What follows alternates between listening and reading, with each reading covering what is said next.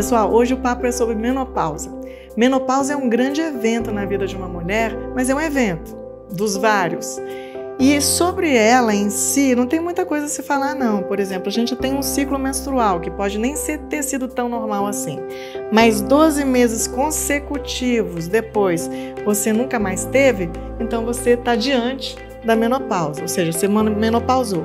Então, repetindo, menstruou, 12 meses depois não veio mais, aquela última era a sua menopausa. Então, você está diante desse fenômeno que é a menopausa. Pronto, acabou, não tem mais nada para falar sobre menopausa. Mas não é aí que eu quero chegar.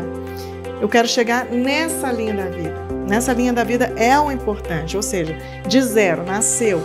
Até eu coloquei aqui 100 mais, que é bem realista, né? E botei os 3 pontinhos que quem sabe a gente dura mais um tiquinho. A gente tem vários eventos importantes nessa linha da vida, né? Do nascimento até 12 anos, a gente tem a primeira menstruação, que a gente chama de menarca. Aí a menarca marca o início da vida reprodutiva da mulher. Pronto. Aqui a gente tem um outro período mais delicado, que é um período gestacional, em que a gente está gerando um novo ser. Olha que bonito. Depois tem um grande marco, no qual eu estou, né, que a gente chega em torno dos 50 anos, dos 41 aos 50 anos é a média brasileira. 50 anos marca o final da vida reprodutiva e normalmente é onde a gente tem a menopausa, ou seja, lembrando, é o último ciclo menstrual, 12 meses depois sem menstruação, tá bom? Então, voltando lá no slide, a gente tem essa menopausa, mas é esse período aqui que vem dos 40 anos aos 65 anos que interessa. Todos esses períodos que marcam flutuações hormonais femininas são períodos delicados, um período em que a atenção médica deve ser redobrada. Por quê? Porque já que a gente está diante de flutuação hormonal e esses hormônios não são qualquer hormônios, esses hormônios são neuroesteroides, esses hormônios são cerebrais, tá? A gente tem alterações de humor, a gente já tem alteração de comportamento. Alteração de comportamento do sistema nervoso central, ou seja, da gente em relação ao ambiente, e alteração de comportamento do cérebro interno. O sistema nervoso autônomo também está tomando ciência da produção desses neuroestrogênios, desses neuroesteroides, né, esses hormônios neuroesteroides, perdão, que estão subindo, né? Eles não tinham, então está subindo estradiol, está subindo estriol, está subindo progesterona, está subindo testosterona, e essa bagunça o sistema está se adaptando, as células todas. Então a gente pode ter muita acne, perda de peso, ganho de peso, né? Alteração mental, de comportamento, de sono, etc. Gestação já é um período delicado, é outro tipo de maquinaria hormonal que está em jogo aqui. E aqui é onde eu quero chegar. Aqui esse período também de flutuação hormonal, são períodos delicados, como eu falei, de maior atenção médica, é um período de necessidade de que vários profissionais, seja um ortopedista, seja um psiquiatra, seja um neurologista, seja um personal trainer, seja um ginecologista de preferência, ou mesmo um clínico que está tratando uma mulher nessa fase, ele tem que se dar conta que ele está diante de um ser humano sob flutuação hormonal e que o comportamento dela está influenciando a máquina de forma sistêmica e que marca o final da vida reprodutiva da mulher, mas não marca o final da vida dela, entendeu? Então, esse período aí de adaptação às novas flutuações, ele termina em torno dos 65 anos, mas a mulher continua vivendo, gente. E aí? O que a gente vai fazer? Você está diante de uma mulher nesse evento, nesse período perimenopausa, ou seja, pré-menopausa e pós-menopáusica. E o que você vai fazer com essa mulher? Eis a questão. Fica com a gente. Pessoal, então continuando o papo sobre menopausa, né, e seus impactos em cima do cérebro da mulher, o que eu quero é lembrar que realmente tem um impacto em cima dessa superestrutura. Ninguém dá valor muito a isso. A gente está começando a acordar para o valor dos neuroesteroides, dos hormônios neuroesteroides em cima dessa superestrutura aqui, depois que a mulher tem um marco que é a menopausa. Então, assim, aqui ilustra muito bem a carinha de uma mulher aparentemente normal, né? E por dentro toda essa circuitaria aí bagunçada, o sistema límbico não sabe nem o que fazer, porque hora tem mais, hora tem menos, hora não tem, né? Desses hormônios tão importantes do sistema nervoso central. Então, estrógenos e progesteronas, elas são muito importantes para a saúde do sistema nervoso central. A gente tem impacto cardiovascular, a gente tem impacto osteomuscular, metabólico, endocrinológico, na pele, né, o sistema reprodutivo, etc. A gente tem, é um hormônio, então tem efeito sistêmico. Agora, o que eu quero chamar a atenção é para o efeito do cérebro após esse marco na vida da mulher, que é a menopausa. Então, vamos comigo. Eu coloquei aqui, eu achei muito interessante esse slide, né? Em que a gente coloca os dois principais neuroestrogênios. Olha para você ver, neuroestrogênios, ó, neuroesteroides, me desculpe, é um neuro porque tem impacto no sistema nervoso central, e esteroides porque são os hormônios advindos da cascata do colesterol, tá? Então, a gente começa a ter até impacto, né, metabólico em cima de elevação dos níveis de colesterol após uma certa idade, normalmente começa a aparecer após 40 anos, justamente naquela fase que eu chamei a atenção do climatério, que é o período de adoecimento, né, em que a gente tem flutuações hormonais e, obviamente, a gente vai ter acompanhamento do sistema de acordo com essas flutuações hormonais. Então, atenção do médico, atenção do clínico, atenção do cardiologista, atenção do ginecologista, atenção do ortopedista sobre a mulher nesse período dos 40 aos 65 anos de idade. E as estrelas desse momento no sistema nervoso central são os neuroesteroides, chamados estrógeno e progesterona. Ponto. Então, vamos decifrar juntos esse slide, que aparentemente é complicado, mas não é, tá?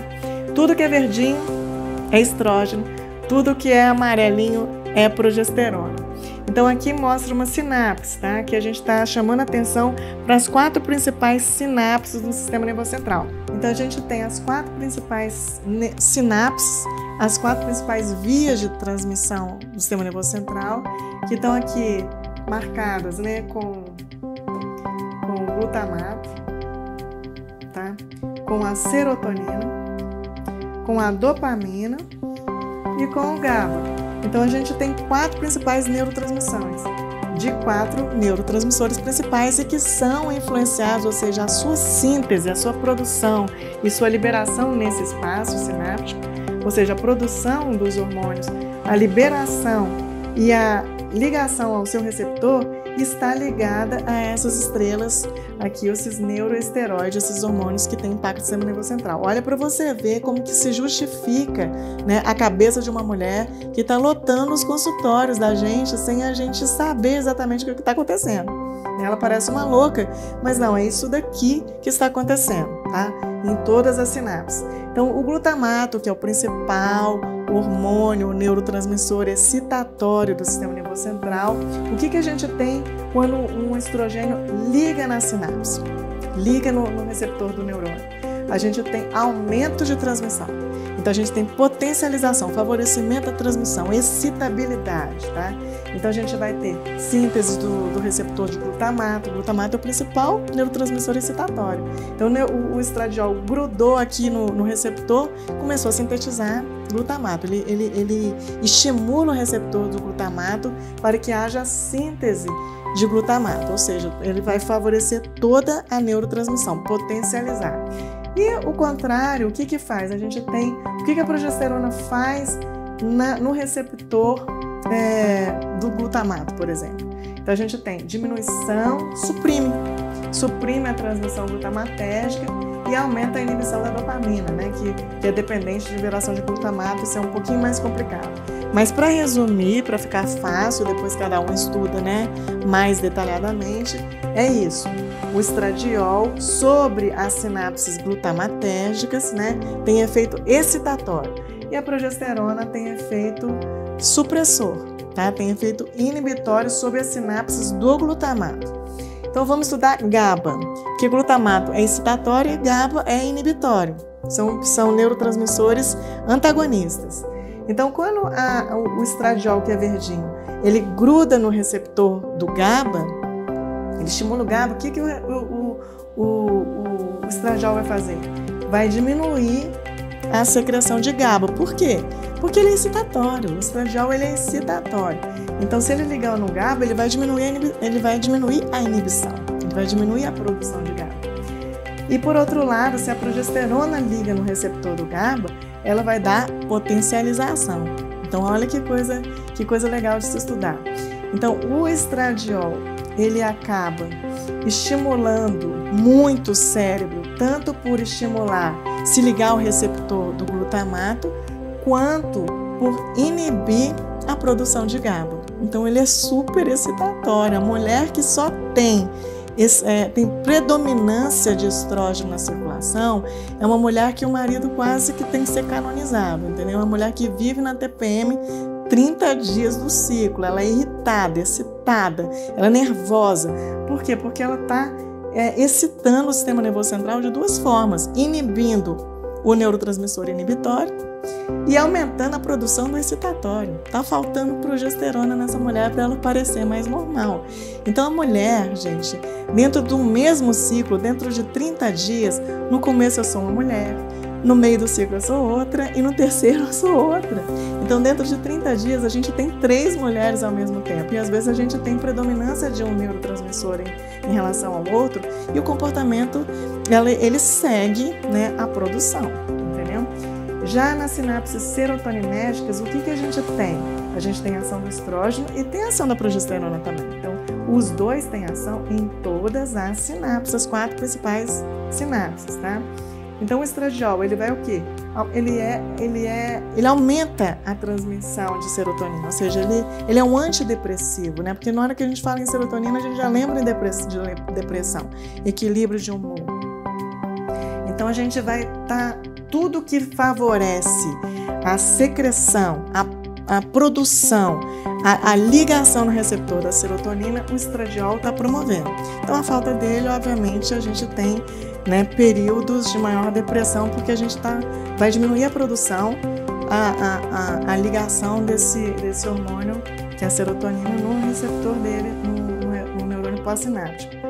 Já a progesterona tem um efeito mais localizada, ela diminui a liberação de serotonina, a gente precisa de detalhar mais, ela não tem um efeito assim bem detalhado para a gente, não, a gente precisa examinar cada via para ver qual que é o ponto principal da progesterona. Na sinapse serotoninérgica, tá? Aqui na GABAérgica e glutaminogénica a gente já tem certeza. A serotonina é que tem peso a produção do estradiol, tá? E aqui na dopamina também a gente tem um efeito duplo aqui, tanto do estrógeno quanto da progesterona. Então, o estradiol, ele vai aumentar a produção de dopamina, porque ela é excitatória, é um monte de prazer, etc. Impede a sua recaptação, aumenta a síntese, né? Aumenta a distribuição, a transmissão, ou seja, excita o neurônio. E a dopamina, ela depende da hora, como também a serotonina. Depende da hora em que a progesterona faz esse ajuste fino, que ainda não está tão bem decifrado por nós, tá?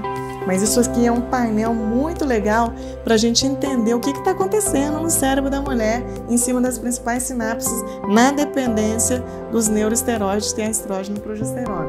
Esse slide mostra o nível de energia produzida pelo cérebro. A gente vai ver mais para frente como o estradiol está ligado, a progesterona também, à fabricação de energia cerebral do neurônio, né?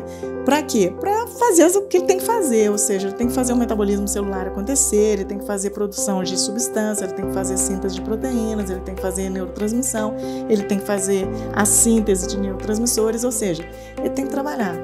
Então, ele precisa de energia, ele precisa de ATP para isso. E na menopausa, a gente tem queda dos níveis de estrógenos e progesteronas, ou seja, então, obviamente, né, quem tem ação direta na produção de ATP em cima da mitocôndria, que são esses hormônios neuroesteroides, vão ter impacto na produção de energia cerebral, ou seja, a gente tem assim, é até ruim de ver, né, no gráfico, a queda de energia cerebral da mulher em relação ao homem na pré-menopausa e para pós-menopausa. Em cerca de 30% a gente tem de perda de energia, tá? Eu não estou falando de performance cognitiva. Performance cognitiva não, a gente é as sharp as man. Então a gente pode ter mais dificuldade, tá? A gente pode estar mais lenta, mas olha só para você ver como que a gente é guerreiro. Fica assim, abismado na hora que você vê um slide, né, de revistas renomadas mostrando que a gente não tem diferença em performance cognitiva, mesmo na mulher pós-menopáusica, com toda a dificuldade de fabricação de energia, né, sem os neuroesteroides, a gente ainda consegue ser pareado com o homem em termos de performance. Essas placas amiloides são as placas que respondem pela doença de Alzheimer, né, que a gente estuda causas variadas, etc. E o que, no final das contas, é multifatorial, né? Então, para a gente ter uma instalação de doença de Alzheimer, a gente precisa ter uma coisa, que é a neuroinflamação. O sistema neuronal, ele começa a ser disfuncional, ou seja, ele começa a ficar inflamado, né? As sinapses não se processam adequadamente, ela começa a tipo oxidar, igual pilha, entendeu? Que oxida e vai soltando filamentos, etc. Ou seja, vai ficando inviável a transmissão neuronal entre um neurônio e outro. Isso é depósito de placa amiloide, então ela deriva de uma inflamação. Agora, o que levou a essa inflamação? Aí é que tá. São múltiplas causas, tá? Então a gente estuda o final do caminho, que é um depósito de placa amiloide pela proteína tal. Mas a gente não estuda as multiplicidades de causas que estão levando a isso. E uma delas muito importantes, né, que a gente está sendo chamada a atenção agora, é o período pós-menopáusico, né, em que a gente tem um drop, uma queda muito grande nos neuroesteroides, e aí a gente tem um aumento da neuroinflamação, tá, com aumento do depósito de placas amiloides, o que coincide com as estatísticas do aumento de 2/3, né, 2/3 dos casos de Alzheimer são causados isso aparece na mulher pós-menopáusica. Então, assim, neuroinflamação, depósito amiloide, doença de Alzheimer. Então, causas de neuroinflamação, dentre as múltiplas, né, diabetes, obesidade, inatividade, etc., traumas, etc., a gente tem, agora, estamos nos dedicando ao período menopausal, que é uma das causas muito importantes, porque essa doença acomete 2/3, das mulheres. Ela é mais presente, né, nas mulheres. Então, em relação aos homens. Gente, tá aqui um neurôniozinho, né, um esquema de um neurônio. Tá aqui a superfície do neurônio, aqui a mitocôndria dele, como toda célula normal. Aqui o núcleo. A gente tem 2 receptores nucleares, ER significa Estrogen Receptor, que é alfa e o beta, tá? E tem 3 receptores de superfície, que é mais fácil de alguma coisa se ligar. Então, o estrogênio, a gente lembrou nos slides passados que o estrogênio se liga no receptor MDA do glutamato, então, obviamente, a gente vai ter excitabilidade neuronal, a gente vai ter favorecimento da transmissão. Então, excitou toda a célula, grudou no receptor de proteína G, grudou no receptor do glutamato NMDA, grudou no receptor de superfície, aumenta a produção de energia, aumenta a atividade celular e tudo que a gente quer é isso, né, do estrógeno. Aumenta o metabolismo celular, aumenta a neuroplasticidade, aumenta a excitabilidade, aumenta a capacidade antioxidante e antiapoptótica do neurônio, ou seja, ele está sendo mantido azeitadinho para não degenerar. E os receptores nucleares, então o receptor de superfície serve para atividade energética celular. E os receptores nucleares, quando o estrogênio chega dentro da célula e liga ao receptor nuclear, aqui o DNA mostrado aqui nessas dobrinhas, ele vai levar uma síntese proteica. Toda vez que um receptor nuclear é estimulado, ele vai levar uma síntese de uma proteína. E no caso, a gente vai favorecer a viabilidade neuronal, ou seja, quanto mais ele se ligar aos receptores nucleares, mais a gente vai ter um disparo no sentido de manter a viabilidade do neurônio, porque a gente está favorecendo as proteínas de síntese que mantém o neurônio ok, entendeu? Ou seja, neuroproteção e neurogênese é o que acontece quando se ligam os estrógenos se ligam aos receptores nucleares dele. Então agora a gente vai falar sobre a progesterona e seus efeitos no neurônio, né? O neurônio é uma das células cerebrais que exercem suas funções para a gente, né, se comunicar com o meio. A progesterona se liga também tudo igualzinho aos estrogênios, com 3 receptores de superfície e os receptores nucleares. Toda vez que a gente se liga ao receptor de superfície, a gente vai ter função a nível de produção de energia da célula, tá? passa pela mitocôndria e aumenta o metabolismo celular.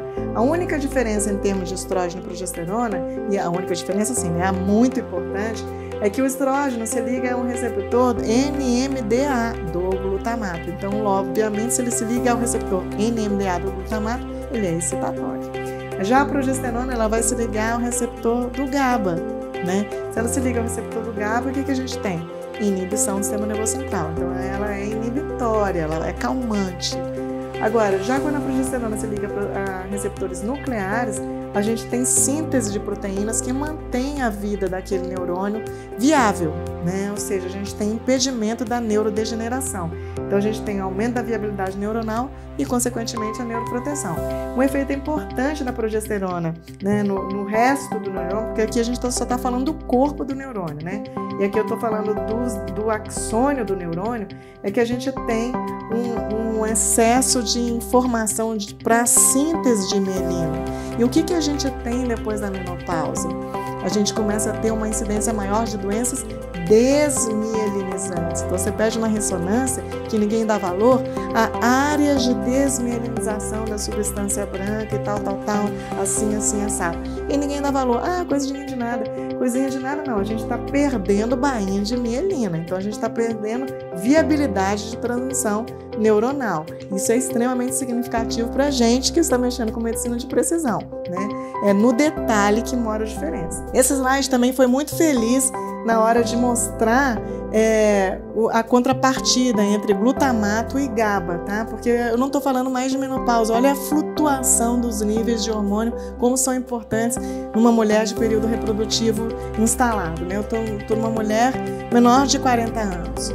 E vamos dizer que ela tenha uma característica já para ter um curto-circuito, ou seja, crises epilépticas, né? O maior períodos convulsionais na vida dela que a classificam como epiléptica.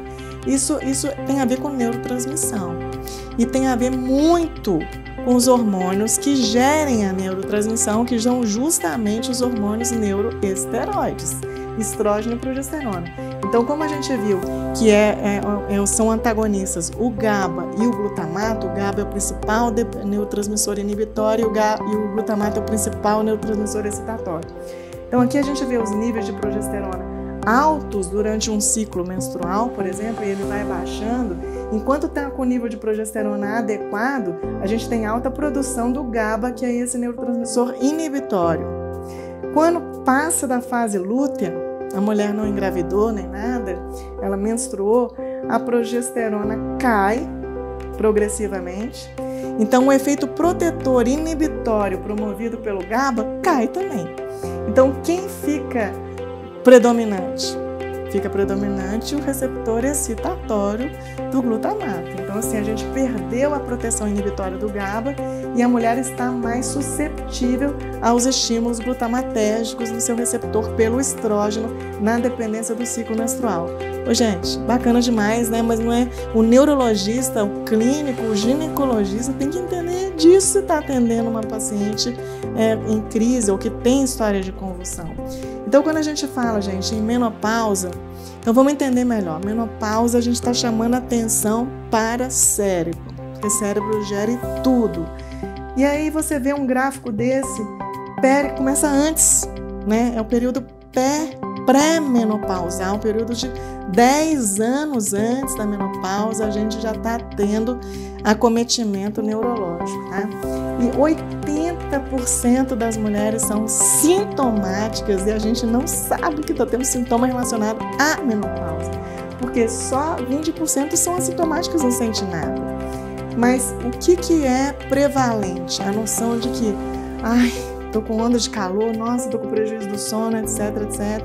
Então a gente só acha que os sintomas da menopausa são relacionados a ou ganho de peso, que a mulher está preocupada com isso, está comendo cada vez menos, engordando com mais facilidade, que é uma alteração metabólica também, que a gente não vai mexer com isso agora. Mas o que chama atenção são as ondas de calor. Se você não tem, então você é considerada assintomática sem saber que tudo isso daqui está acontecendo com você.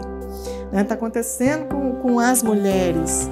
Então, disfunção cognitiva, aquele negócio daquele chamado brain fog, sabe? Nossa, não sei o que está acontecendo, meu Deus, eu esqueci a chave, eu estou lembrando disso. não tendo um lapso de memórias frequentes, então já tem uma disfunção cognitiva, é óbvio, tem uma dificuldade na neurotransmissão. Ou você tem disfunção cognitiva mais insônia, ou você tem disfunção cognitiva mais alteração de humor, ou você tem disfunção cognitiva, que são esses lapsos de memória, não está depositando, não está consolidando a memória, ou está consolidando, mas não consegue recrutar, tá? Insônia e alterações de humor, ou só tem insônia, ou tem insônia com alteração de humor, ou tem insônia com ideação suicida, que é o período de maior nível de suicídio da mulher, é no período perimenopausal. Né? Insônia com depressão com alterações de humor, ou puramente depressão, ou depressão com alteração de humor, a mulher parece uma doida, né? E isso aqui tudo está acontecendo em 80% das mulheres e a gente não está sabendo nem diagnosticar, nem abordar, nem saber o que fazer, nem saber para onde ir, né? Então a gente acaba tratando sintomatologicamente a apresentação clínica, tá? De depressão você dá um antidepressivo, de uma ansiedade você dá um ansiolítico, de falta de insônia você dá um hipnótico, tá? E para distúrbio de humor você manda fazer a análise, mas na verdade você não está tratando a neurotransmissão como deve. Então esse é o recado que eu queria deixar para vocês, porque cérebro e menopausa, né, tem tudo a ver. E a gente tem que dominar essas neurotransmissões para que a gente possa exercer uma medicina bonita, uma medicina de precisão. É isso aí.